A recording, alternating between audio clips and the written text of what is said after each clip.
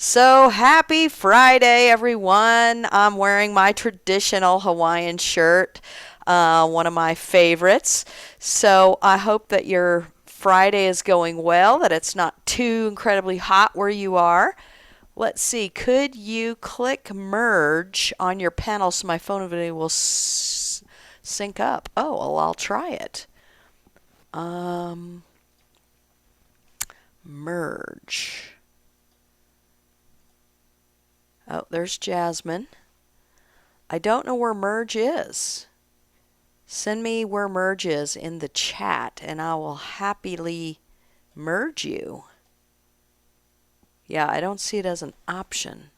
Let's see, maybe I can. I got it, Karen. You got it? Okay. Good. Thank you. You're welcome. All right. Hi, Valerie. How are you today? I'm good. Thank you. Thank you. How are y'all? Is it hot down there? Miserable. Yes, it is hot everywhere. Oh my goodness. Okay. Well, welcome, Jasmine. Where are you at today? Are you in Alaska? Close. That's British Columbia for a change. Nice. All right. Well, good for you. How's your Friday going? It's hot, as Yes. she says. Well, it's not too bad here yet, but we've been getting some storms and things like that to cool things down. But yes, I think it's hot everywhere in the country. Well, let's see. I wanted to start today with the PowerPoint we didn't get to last week. And then I have some music that I sent you, and we'll tackle that because we did a lot of talking last week. And this time I want to get you guys playing or at least looking at some stuff. So let's see. I'm going to go ahead and pull up. I'll share my screen. One of the things that came up, I think it was you, Jasmine, who was interested in the Rippingtons. I had mentioned was one of my favorite bands.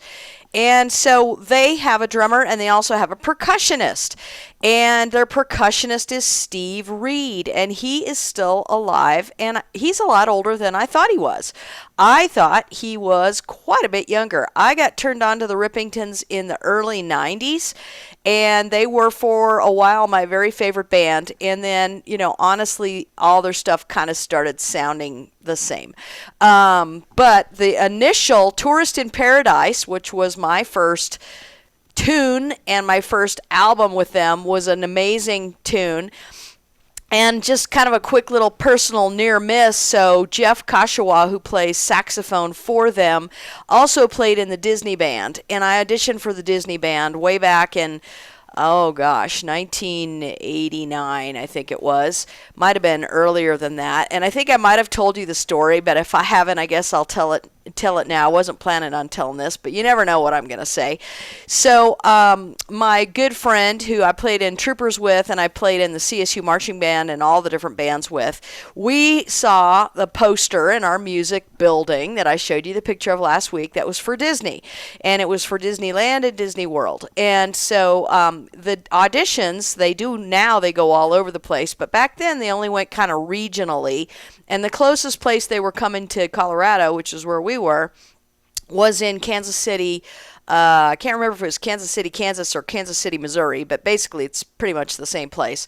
And we got the idea that we were going to go to it. So, and we didn't want to tell our parents because they would, of course, say, please don't drive across the country, and they would worry and all that stuff. So we took off in her car actually, and plus we didn't want to miss class because we were in wind ensemble and I think it was like the audition must have been a Thursday because we had wind ensemble I think on Wednesday at 1, and then we had wind ensemble Friday at 1.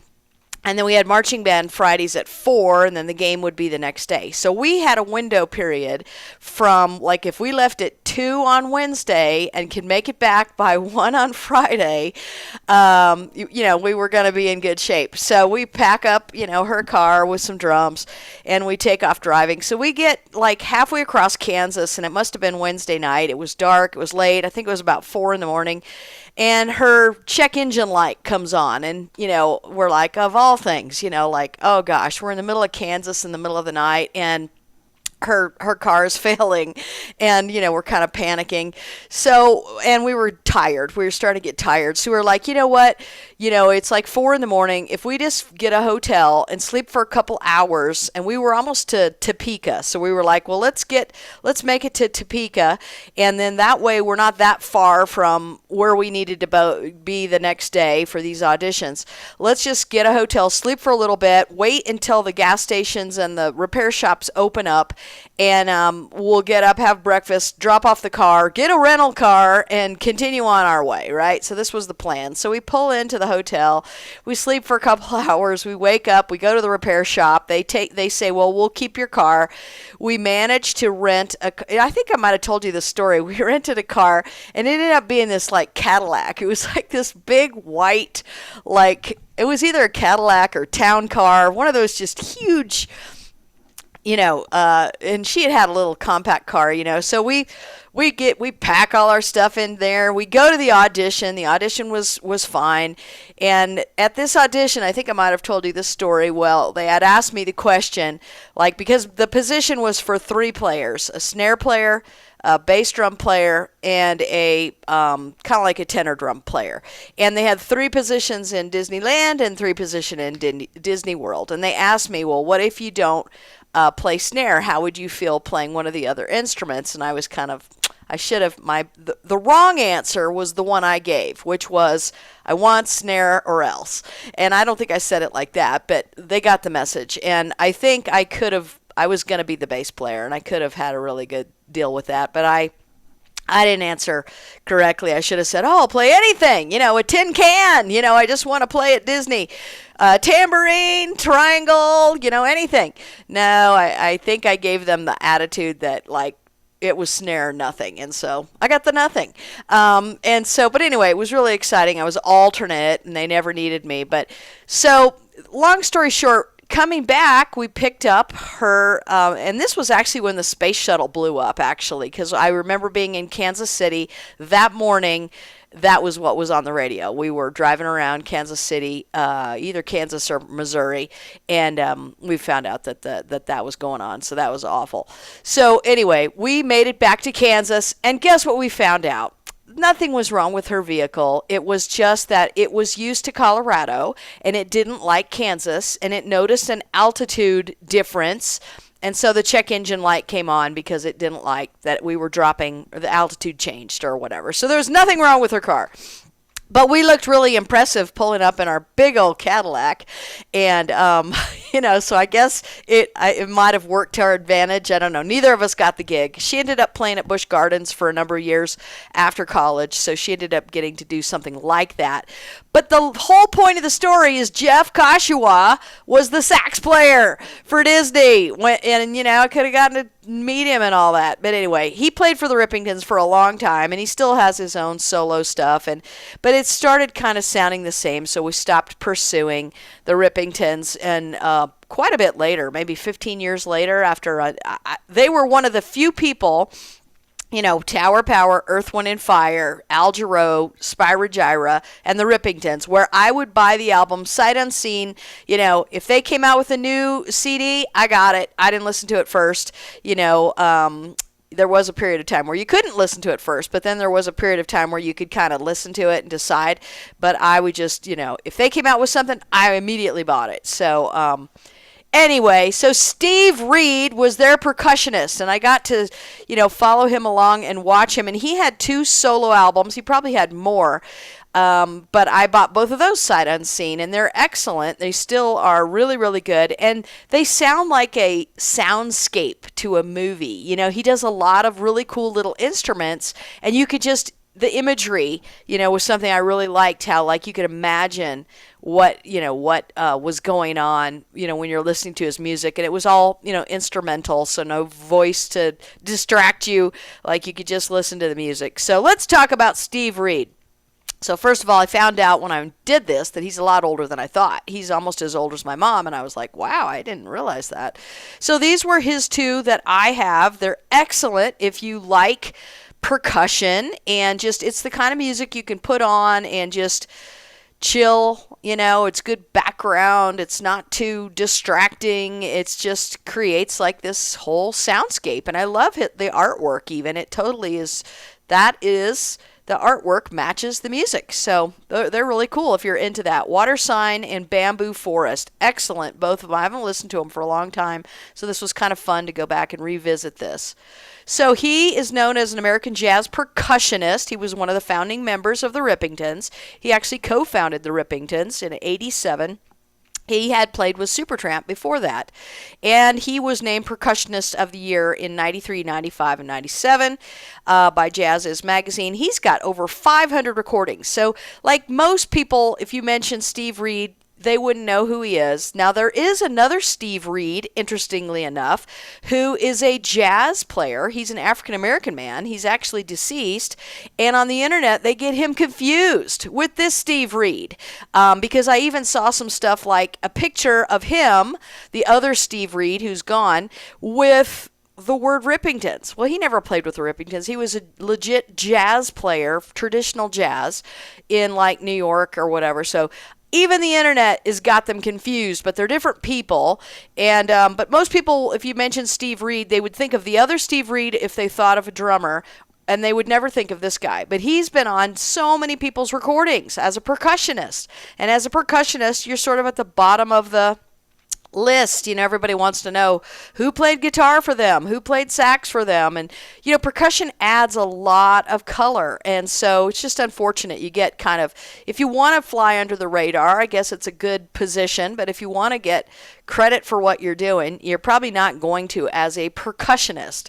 So anyway, kind of interesting. But he could probably walk around in public and nobody would accost him. They'd never know who he was. And even if he said, this is who I am, they'd be like, well, who's the Rippingtons? They don't know. But the other thing about him that was cool that I learned about, and this kind of explains his artwork, is when he's not playing music and producing, he loves to ski, scuba dive, windsurf, and sail. So that's why his kind of like album covers, his CD covers are kind of like eclectic and show kind of a lot of nature and fish and stuff like that. He also collects, I found this interesting, rare and unusual percussion instruments. Like me, like all the things on my wall. Mine aren't really rare or special, really. I mean, they're special to me because I remember where I got each one or whatever. But that's really cool that he collects these things from all over the world. He's got 600 instruments that in his collection. So that is really cool. And he's always looking for new ways to kind of integrate ethnic and world percussion into popular music, which I love. I think we all ought to be doing that. And so that is really so cool. And then here's a couple, and I'll send you this later, this PowerPoint. You can click on these and watch. There wasn't a lot that I could find on him as far as images. There wasn't a lot of YouTube videos showing him play, but he was super fun to watch, and I saw them live. I can't remember how many times. But he just had all of this stuff around him, and he would dance, and he was just, everybody was watching him because, watching a sax player, yeah, it's interesting, but they, the bass players over here, but this guy's moving all over the place, playing this, playing that. Some of the stuff you're like, what is that thing he's playing? And it goes so fast. So anyway, Steve Reid. Oh, and what's this? I guess, why did I put this here? This is us from last week. We already talked about that. I guess maybe I didn't get that in the other PowerPoint, or for some reason it pops up here. Well, here I am again. How about that? Okay, any questions about the Rippingtons? I know you had asked about that, Jasmine, or Steve Reid. Did you ever get to meet him? I never got to meet him. No, and I never got to meet his drummer. They've had a couple of drummers, and interestingly enough, Russ Freeman. After a while, they became known as Russ Freeman and the Rippingtons. He was sort of the guitar player. He was sort of the one who was the mastermind of all of it, and I think he was the composer for most of the songs. And but they did a lot of recording in Colorado, so I know, especially right up in Boulder. So I think he lives in Colorado, and some of the names of the tunes are towns in Colorado, which is kind of cool. But I never got to meet anybody in that band other than my near miss with Jeff Koshawa. and the drummer was not somebody I followed, and the thing about, interestingly, again, is that, like, I usually am really attracted to the drummer and, follow them and watch them and study them. But, I was more following the percussionist because he was a lot more interesting. And the drummer was just back there doing his job, which is, not a bad thing. But he wasn't doing anything particularly special. It didn't grab my attention because I was much more interested in what is Steve Reid playing now, and what is he doing now. And so it just, it sort of distracted me, which most of the time I keep going back to, what's the drummer doing? What's the drummer? Yeah, that's a cool bass solo, but what's the drummer doing? And I never watched the drummer, and I never really listened to the drummer. And the drummer was staying out of the way because there was a lot of stuff going on with the Rippingtons. They had a horn section, and that's probably what that band needed. They didn't need somebody to be a Dave Weckl type who was distracting from all of that stuff going on. The bass player, the guitar player, the sax player, the horns, there was just, and the percussion. It's a lot of stuff, and you don't want to be stepping on each other's toes, and you want to be playing off each other. So I think that's what he was the glue, and that was his job in that band, and I think he did a great job of that. But in doing that, you don't ever really get any and plus there's a keyboard player too, and everybody's taking solos, and so it's a busy band, and there was a lot going on, and it was meant to feature the guitar player, who was Russ Freeman, and that's what they did. But after a while, I got tired of Russ Freeman. I really liked him in the beginning, but it just got to the point where it was like, it all kind of sounded like the same thing. In the beginning, it didn't. And then I think that, you run out of ideas, and you start to bands sound like themselves. And that's good and bad. And that's why it is kind of nice to have new people come into bands, because they add their flavor, and it kind of is still the band, but it's like, it's vanilla with a little chocolate now, instead of, just vanilla forever. You want a little chocolate every so now and then. You want some nuts, some sprinkles, and so when you rotate people around, you don't want to overhaul your whole band all the time. But that's why bands like Chicago and Earth, Wind and Fire have been so successful. They sound like themselves, but you want to sound fresh too and keep the audience engaged. So, and then the other thing that I noticed too, they start putting out a lot of the best of, and it's just like, I don't want to buy that album. I already have the original of all that. Or they would do the live album. So even they were running out of ideas. And I think they still are playing, but I don't know. It's sad because it just kind of, and they never really got a lot of notoriety. The jazz people knew about them, but nobody else has heard of them. So anyway, that's my take on that. Did I even answer your question? Sometimes I ramble on, and then I'm like, what did I start to talk about? I get excited. Let's see. Oh, somebody says, "Hey, Karen, you've been frozen again." No, well, you're not frozen. Your camera's off again. Oh gosh, how do I get it back on? Let me try something. I'm gonna. I hope I don't lose you. I'm gonna unplug because I don't want you to just have this dark screen. I'm going to unplug something and attempt to replug it back in. This.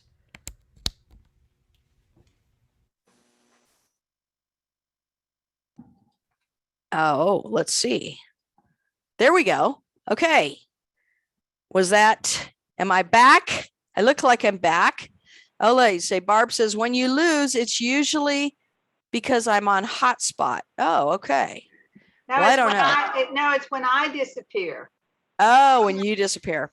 Yeah, I know. I'm in a basement, and so the problem is my internet is as good as it gets here. Unfortunately, I have to. I'm actually not doing Wi-Fi because that's even worse, and it drops me a ton. I'm actually coming right out of the wall, and I have a long cable, but I think it's because I'm in a basement, and it's just, I've been told here we don't have the underground cable, and our cable is just really, really bad. It was much faster in Atlanta. So I don't know. At some point, I hope that we get better options, but okay, well, at least I fixed it for the time being. So let's see. I wanted to share my screen with you and talk about, I sent you a couple things to look at.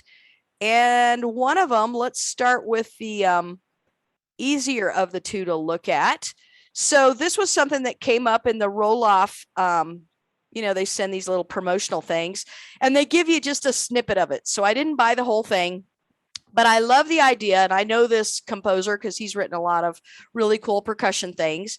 But this is really cool. It's a piece called Slammin' 40. And what he does in it is he puts the 40 rudiments in the piece. And I just thought it would be kind of fun to look at. So then they fade out and they don't give you the rest of it. But he kind of strings them along. And this is probably a little bit more cramming stuff together than you would like. Usually you want to have some notes and then a rudiment and then some notes and then a rudiment.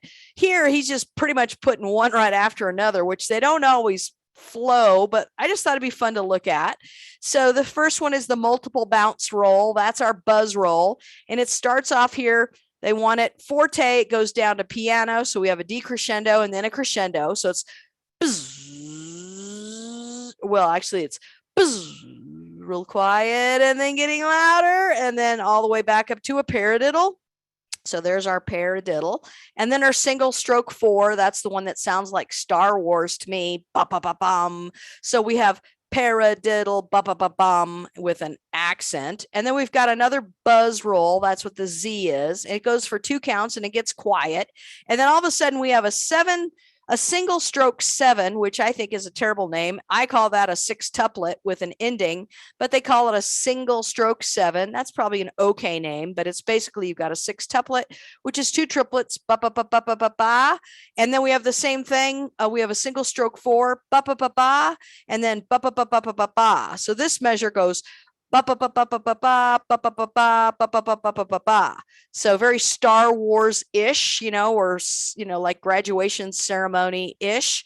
And we've got some accents in there. Then we've got a 7-stroke roll, and they wrote it a little bit different than how you normally would. But these are our diddles, our 30-second notes, these little hash marks. So da da da da. Let's see, da da da da da da da da da.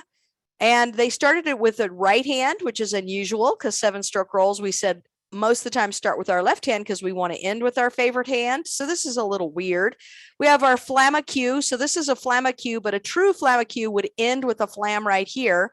So this is kind of a flamma cue without its ending. And then we go into single strokes, which is just, back and forth, back and forth. And then we have our a couple of drags. The drag sounds like a horse's gallop. Diddy-um. And then we have our single ratamague. So ratamague.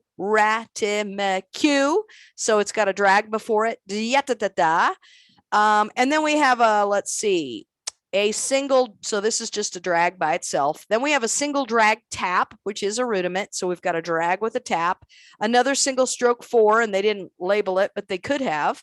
But I guess since we've done it already, they figured, well, we already did that one, so we won't count it. 5-stroke roll, da da da da da. Here's our paradiddle diddle. I don't know why we didn't get credit for that, but that's a paradiddle diddle. It's actually a paradiddle diddle diddle, which isn't a rudiment. It's just a paradiddle diddle with an extra diddle at the end. Then we have a paradiddle right here. Or you could technically call it a paradiddle, or we would call this probably a paradiddle because then right here we have a diddle diddle, but notice there's 3 lines, so they're 30-second notes, twice as fast.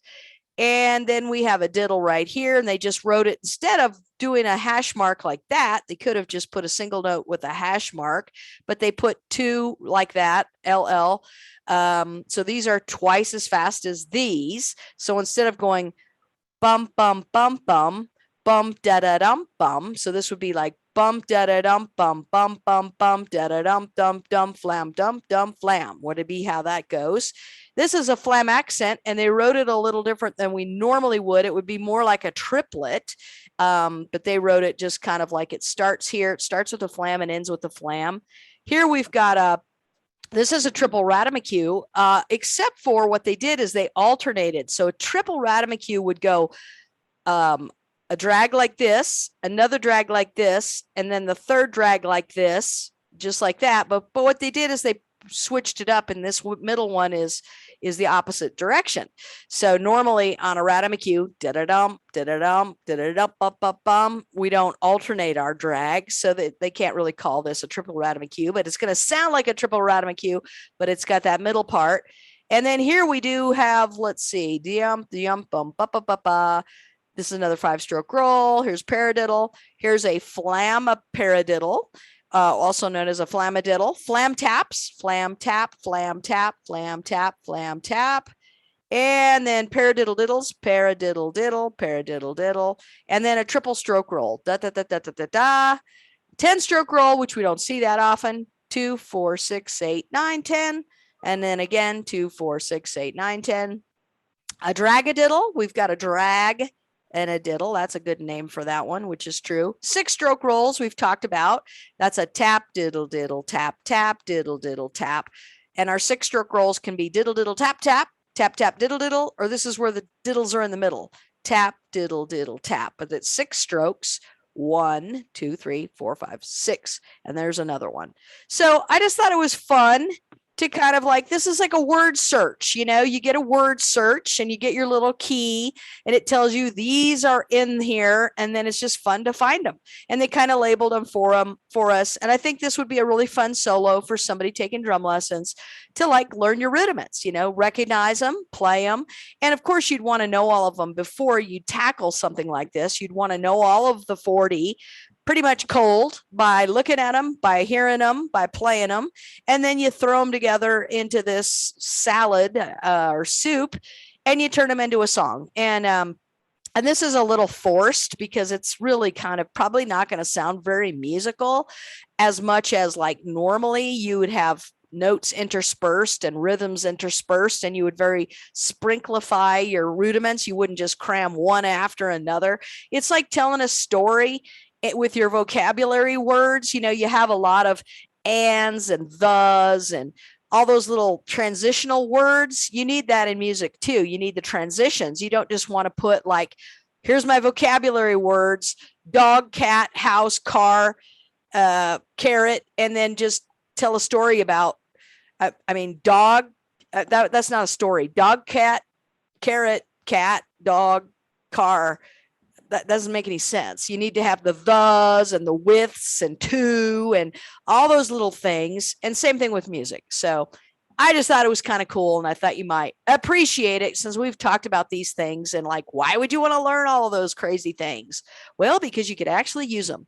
And not only in a solo like this for marching, you could do it on a drum set, which, you know, is fun too. It's like do paradiddles on the drum set or between your hands and your feet or all those kind of things.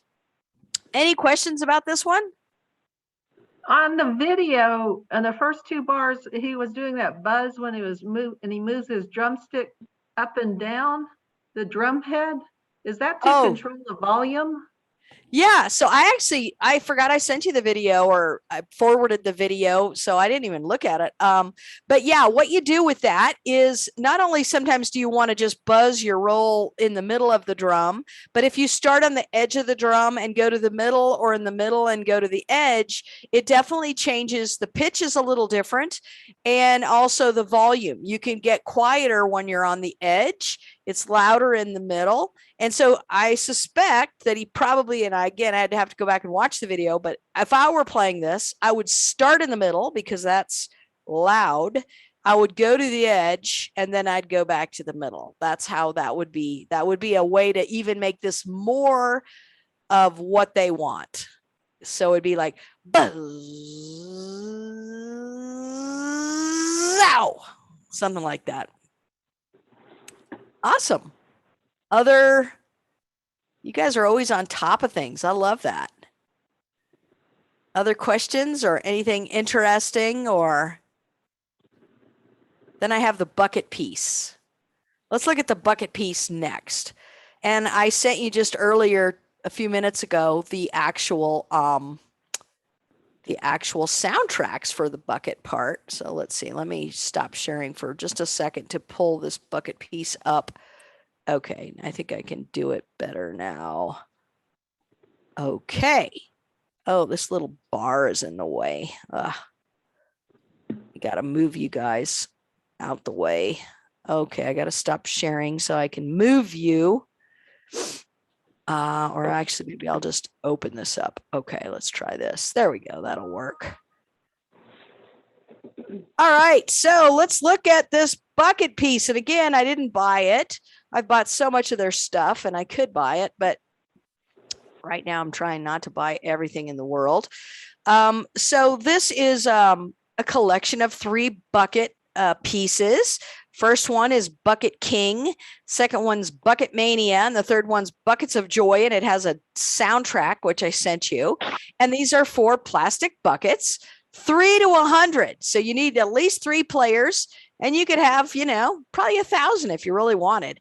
The key is always really important because whoever writes these is trying to tell you my notation. Some of it's standard, and for a bucket it's not so standard, although the roll-off people keep it pretty standard, which I like. So whenever you see a note like this, that's third space up, that's usually snare drum, whether you're on a drum set or anywhere else. But here it's the top of the bucket, makes sense. And then if you have an X and it's on this line, that's the right side of the bucket. If you've got one that's down on the first space, that's the left side of the bucket. So we've got top, right, left, and then a stick click. Anytime we sing this, it means stick click.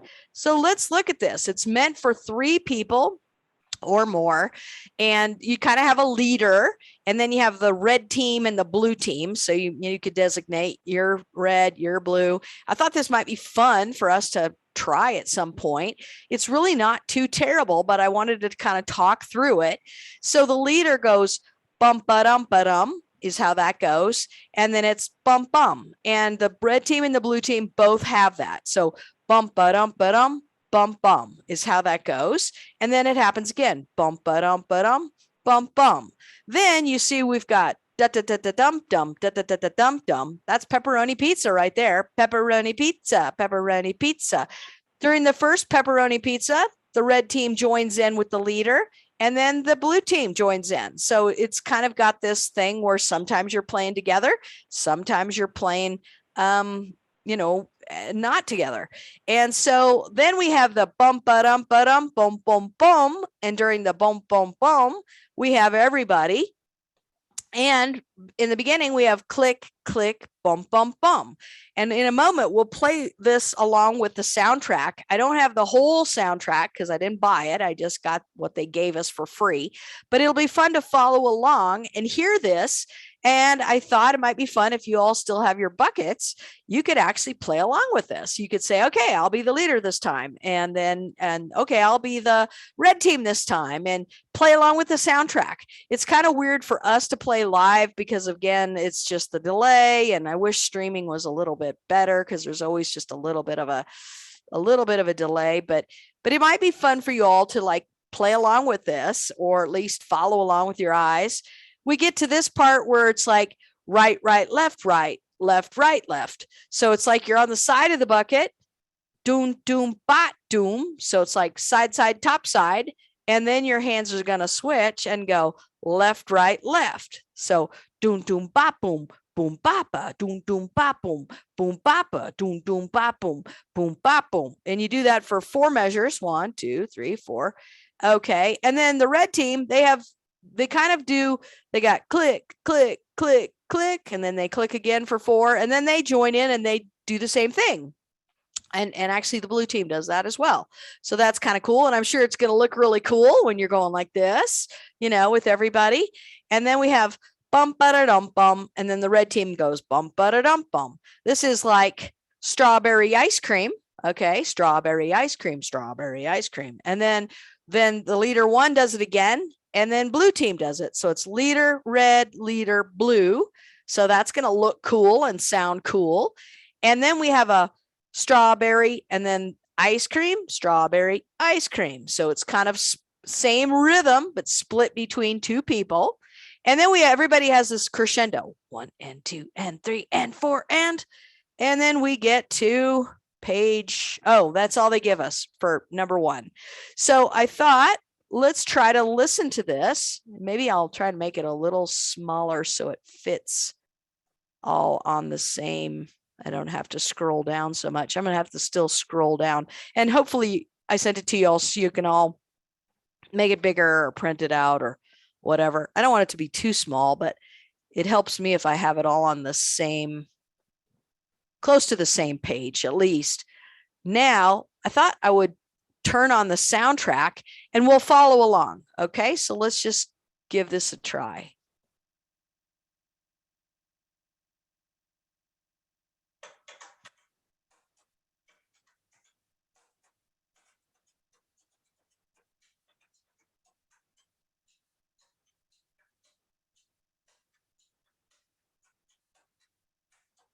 Second measure.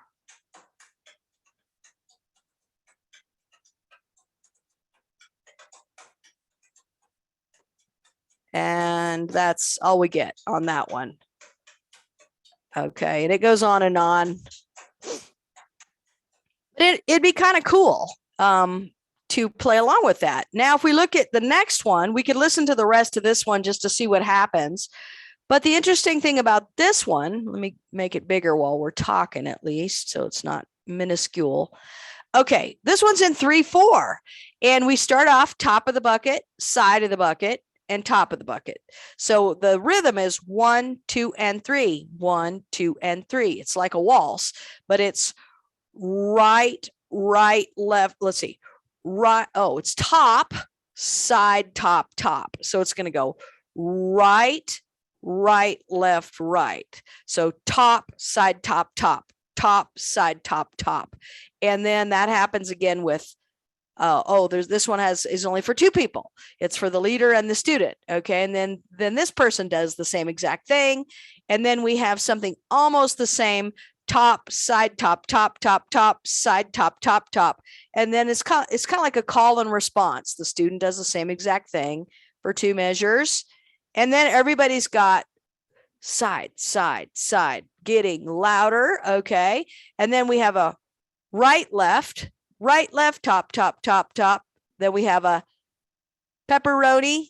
The pizza is a side, side. So pepperoni, side, side, top is how that goes. Then we have a top, top, side, side, top. So top, top, side, side, top, top, top, side, side, top. And then they do the same thing. And that's all we get of that one. So we can kind of listen along. First, we have to listen to the rest of the first one. So let's just listen to the first one here.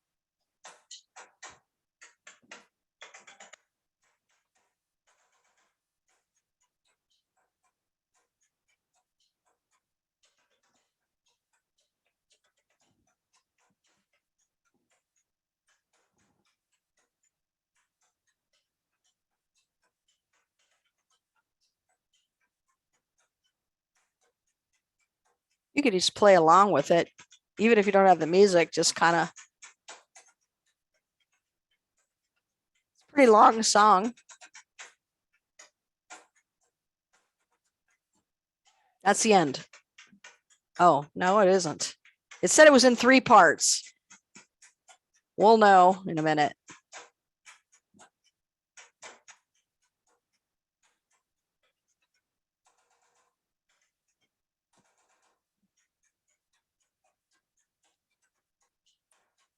Oh, could you all not hear the music?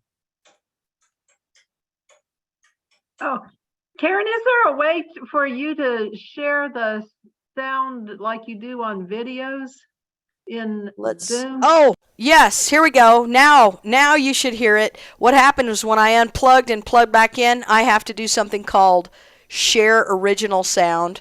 So, sorry you weren't hearing any of that. But now, where it is perfectly lined up for song number 2. So hopefully you will hear this now. So hopefully you can see this and hear this. We are right here. All right, song number 2. Oops.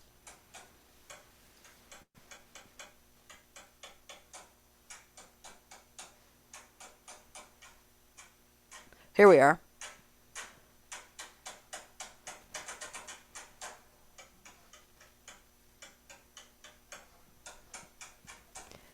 And that's the end of that one. So, yeah, pretty short on that one. They don't give us a lot. I'd like to go back to the first one. Maybe we'll do that at the end. So now this one, Buckets of Joy, we actually play along with a soundtrack, which I sent you, and you'll recognize this one. And so for 4 measures, you just listen, and then again, this one's leader and student, so it's like top, top, top. And this B, they didn't really tell us, but I think that's still just a stick click. I don't know why they decided to B is both, but to stick click you have to use both, so I'm not sure. This might just be, I think it's the same person who wrote it, so I don't know why they changed their notation, but as far as I know, it's top, top, top, stick click, dun, dun, dun, dun, dun, stick click, top, top, top, stick click, dun, dun, dun, dun, dun, stick click, and so on. And so let's just see if we can, we have to listen to the rest of that last one, and then well, actually, no, we don't. I'm going to start, we're going to play along or listen along with the actual soundtrack. So let's see how this goes.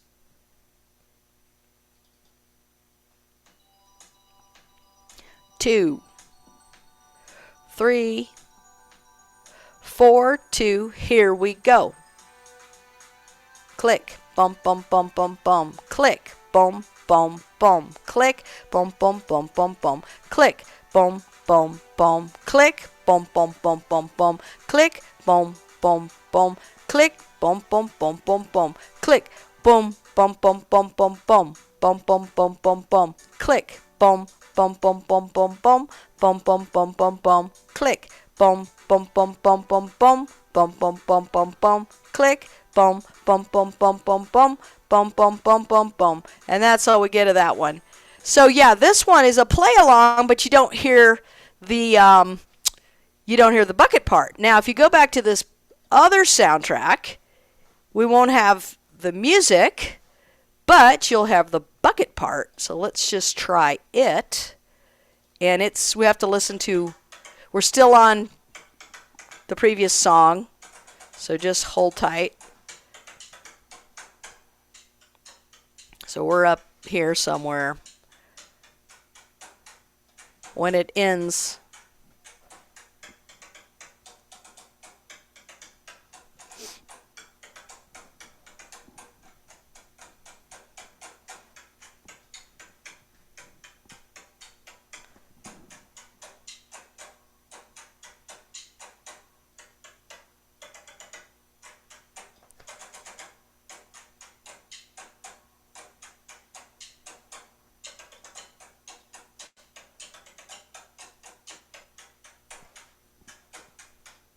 oops, keep going.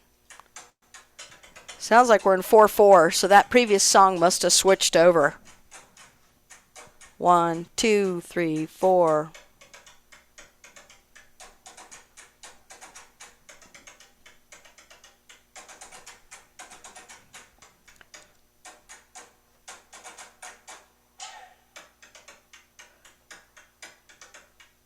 I'm not sure where we are.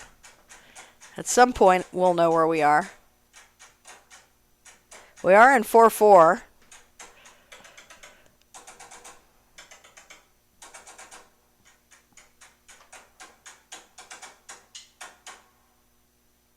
Okay. Here, we're back. We're on this one. Must have started all the way over.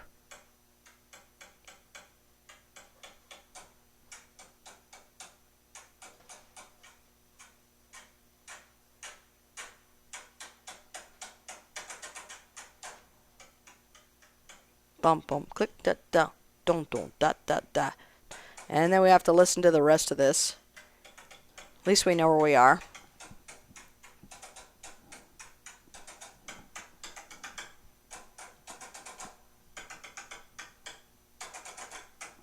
One, two, three, 1, 2, 3.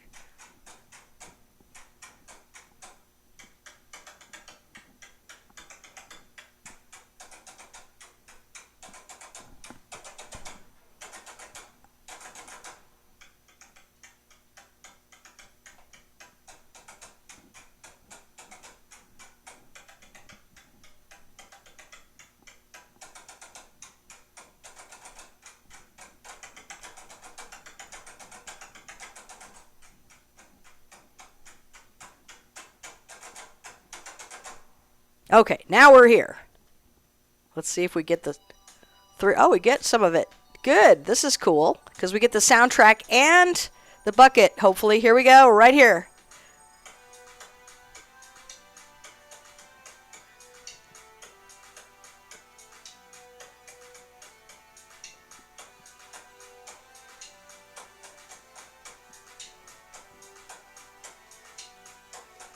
Right here.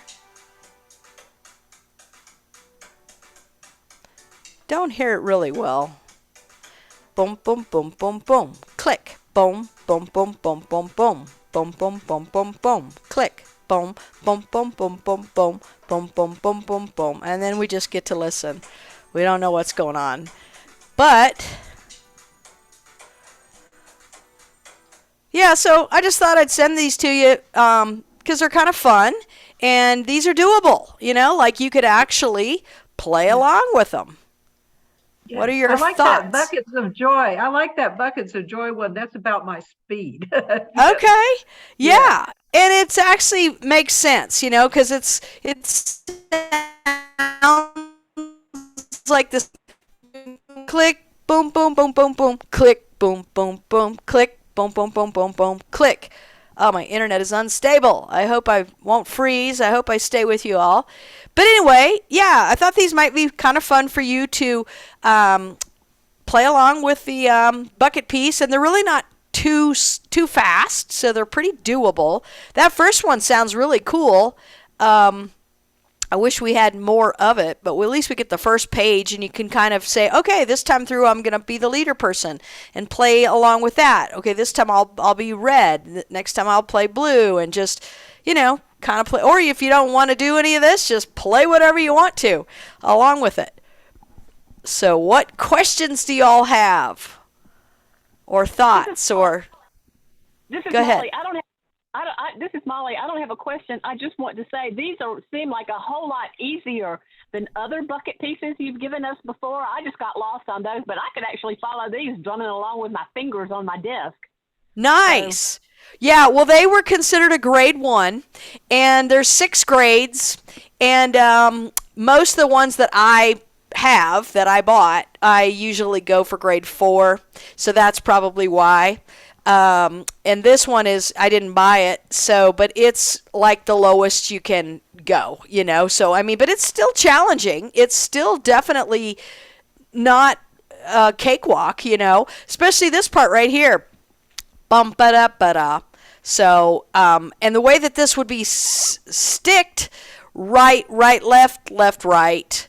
But you could just go right, left, right, or whatever makes sense to you. But the rhythm is a little bit syncopated. Bum ba dum ba dum. But most people kind of have heard that rhythm. Dum da dum da dum. Bum bum, or something like that. It's sort of like that rhythm. And then this part's a little bit syncopated. Bum ba dum ba dum. Bop bop. Bum ba dum ba dum. Bop bop. Bigga digga dum bum. Bigga digga dum bum. Bum ba dum ba dum. Bop bop ba.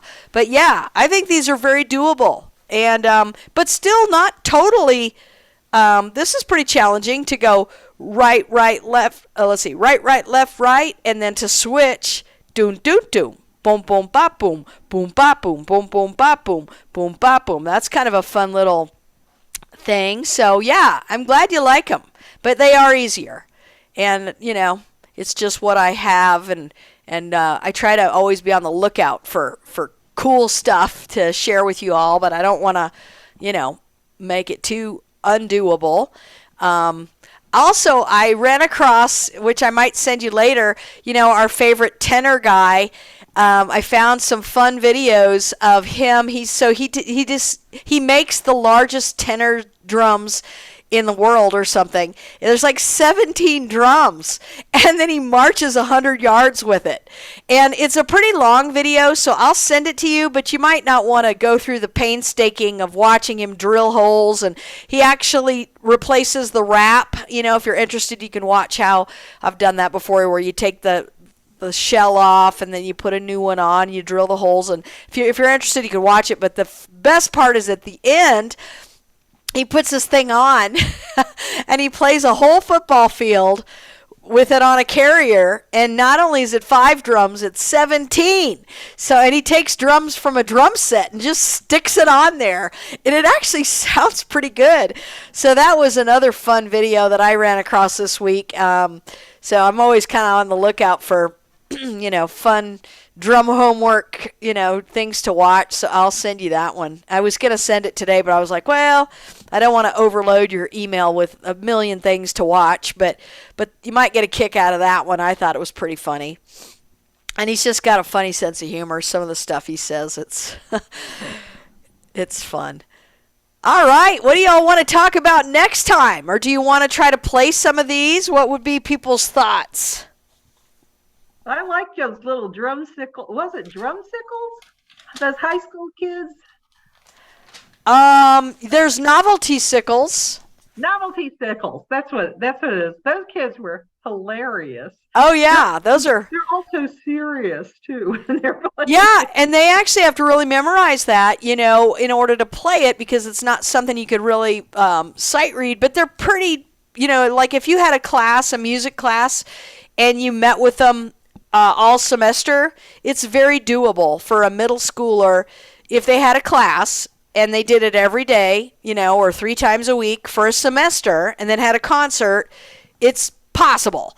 And it's really cool because it tricks them into learning how to read music and to do rhythm, but they don't feel like they are because they're dinking on whatever it is, And so I love the novelty sickles, and I've bought a lot of them because that's what my group liked to do, and they were kind of beginners to intermediate people, and it was perfect because they could handle the rhythms, but it was fun and it was funny, and then we could alter it if we needed to it and work it into our theme or whatever. But yeah, I love the novelty sickles, and there's so many of them. I own most of them, so if there's any of them that you just really love, I probably have them. And then there's videos that you can watch, like we were getting ready to do the one on Petri dishes and flasks. I bought like $150 worth of they probably think I'm like making drugs in my basement or something, but I bought like all this Petri dishes and flasks and, enough for 6 people, and we never got to do that song. So I have all that. And someday, if I have a percussion ensemble again, that will be the first piece we're going to do. Because we were going to do it was going to be our theme the year, COVID came. It was going to be Marvel Comics. And so my little bear always has outfits. I bought him 3 outfits. He's got a Superman outfit. That's the other thing. People probably wonder, if they look in my closet, why do you have... And actually, where I buy them is PetSmart, because they're meant for dogs. But they fit my bear. So I have a Harry Potter, what's the Slytherin. I got an outfit of a Slytherin. I got a Spider-Man outfit, a Superman outfit, and I think a Batman outfit. And then he was going to change throughout the show, and I always work in I kind of merged Harry Potter because I needed a villain, and I was like, oh, let's have the Slytherins, and I work all this out so that the different pieces that we play fit in the theme. And at the end, the PA students come in, and there's usually a scene where everybody dies and they have to be resuscitated. So then the students come in and do CPR and do all this stuff. And that's kind of how I had envisioned all of this. And so I was going to work the Spider-Man, if you ever watch the original, which I don't know, is a million years from, because there's been so many different Spider-Mans, but he started in a lab, and I think a spider, I can't remember exactly, but it had to do with a lab. And so I was like, oh, this is perfect. We're going to work out when we play that little piece on all these little flasks and laboratory equipment, we will... it'll be the Spider-Man scene, and then Spider-Man will come in, and we'll work that part out. And then the next thing that we play, I'll figure out a way to weave that into the story.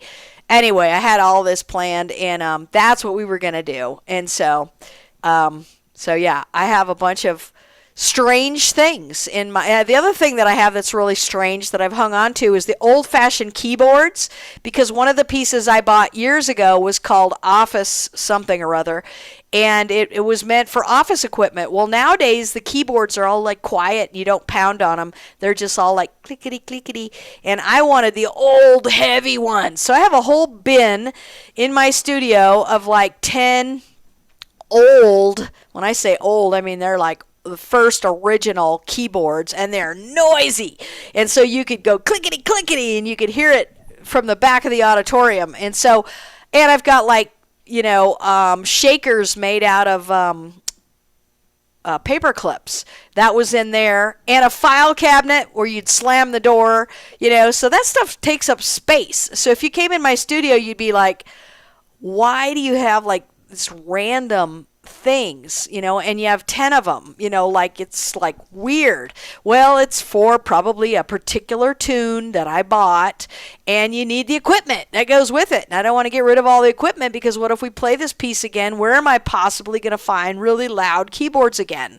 So I have to keep them forever. And then someday, when I die, they'll go to a high school percussion ensemble, and they'll have the piece and all the stuff. And, won't that be cool? So, but anyway, yeah, it's more to just drums.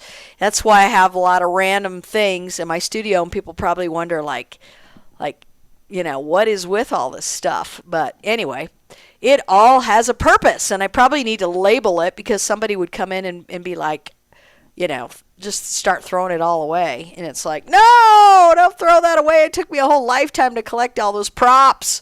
Either that or some theater will love it, because I've got just random old theater stuff that at some point, I'm sure they're scouring the thrift stores looking for, a 50s coffee pot or whatever. I probably have it, So let's see. We're about out of time. Any last parting words? All right. Well, I will send you some drum homework. I hope to see you next week. If you like these, send me a little note what you want to do for next time, and maybe we can play some of these or whatever. Okay, well, have a great weekend. Stay cool. Find your fans. And I will see you next week, everybody. Thank you. Karen. All right. Thank you, Valerie. Thank you, Valerie. Thank you, everybody. Bye-bye.